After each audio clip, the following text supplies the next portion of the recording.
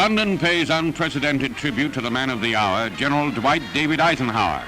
In a horse-drawn landau with Air Marshal Tedder, General Ike, as all Britain calls him, rides through flag-bedecked streets to a reception surpassing perhaps any ever accorded to a non-Britisher.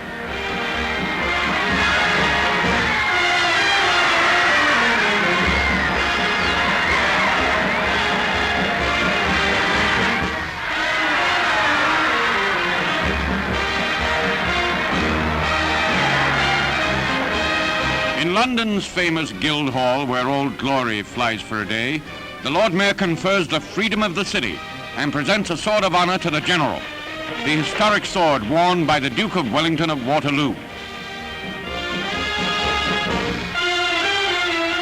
On the balcony of Mansion House, the Supreme Allied Commander appears with Prime Minister Churchill. The smiling Kansan, only American member of the exclusive British Order of Merit, wins the hearts of 30,000 Londoners with its simple sincerity. Whether or not you know it, I am now a Londoner myself.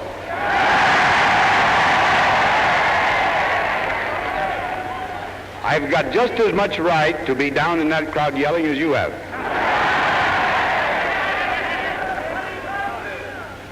The great difference that I see in this city and when I came 3 years ago is right here. We can now have crowds. There can be happy gatherings. You don't have to listen for a motor in the sky and wonder whether there's a pilot in the blankety-blank thing or not. To every Londoner that has ever taken one of my soldiers into his home, I say you'll always have my profound gratitude. You have done something in cementing bonds that must always remain between your country and mine, and into which scope must be brought Russia, France, China, all the other great countries that have helped to whip this Nazi, and we hope will quickly whip Japan. Speaking for all Britain, Mr. Churchill voices an unusual tribute to the Yank commander, diplomat, and statesman. Ladies and gentlemen, you have just seen and listened to the words of a great commander, a man who has proved not only his capacity to organize and regulate the movements of armies, but to stir men's hearts, and who has shown a capacity for making great nations march together more truly united than they ever have before.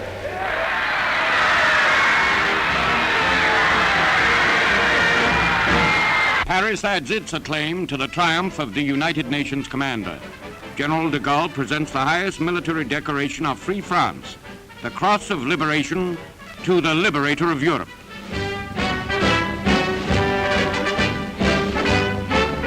The City of Light hails him as one of its own.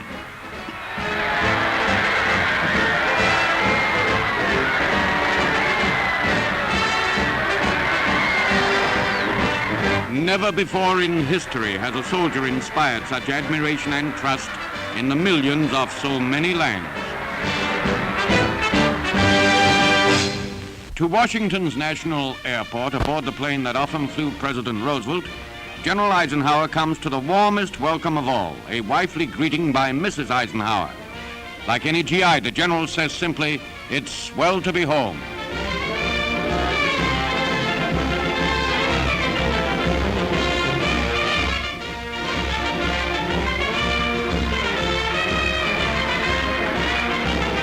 The biggest homecoming celebration in the history of the capital.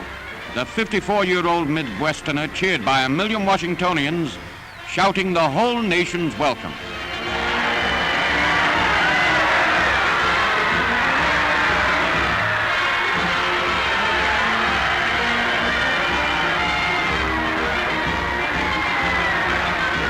For General Ike, glorious as were the receptions and honors in London and Paris, this is different.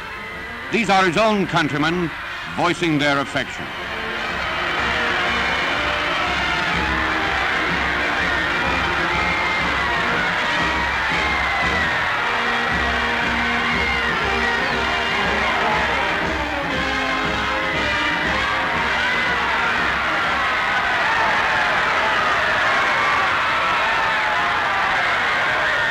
Before a joint session of House and Senate with Supreme Court justices in attendance, General Eisenhower receives a rousing ovation. For the modest leader, this is a moment to remember. No orator, his talk is deeply impressive. The battlefront and the home front. Together we have found a victory. But even the banners of triumph cannot hide from our sight the sacrifices in which victory has been bought. The hard task of a commander is to send men into battle, knowing some of them, often many, must be killed or wounded in order that necessary missions may be achieved. It is a soul-killing task. My sorrow is not only for the fine young lives lost or broken, but it is equally for the parents, the wives, and the friends who have been bereaved. The price they pay is possibly the greatest. The blackness of their grief can be relieved only by the faith that all this shall not happen again. In our minds and hearts, there is no slightest doubt that our people's spirit of determination, which has buoyed us up and driven us forward in Europe, will continue to fire this nation through the ordeals of battle yet to come. Though we dream of return to our loved ones, we are ready, as we have always been, to do our duty to our country, no matter what it may be. In this spirit, we renew our pledge of service to our Commander-in-Chief, President Truman, under whose strong leadership we know that final victory is certain.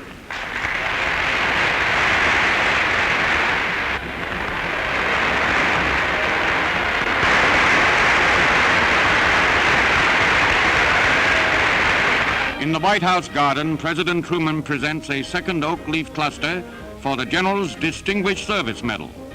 In accomplishing this great victory, his modesty, his impartiality, and his sound judgment, together with his great abilities as a soldier and as a diplomat, have won the confidence and admiration of our allies and the everlasting thanks of the American people. No medals, no decorations can ever express the fondness and esteem of the nation for General Ike.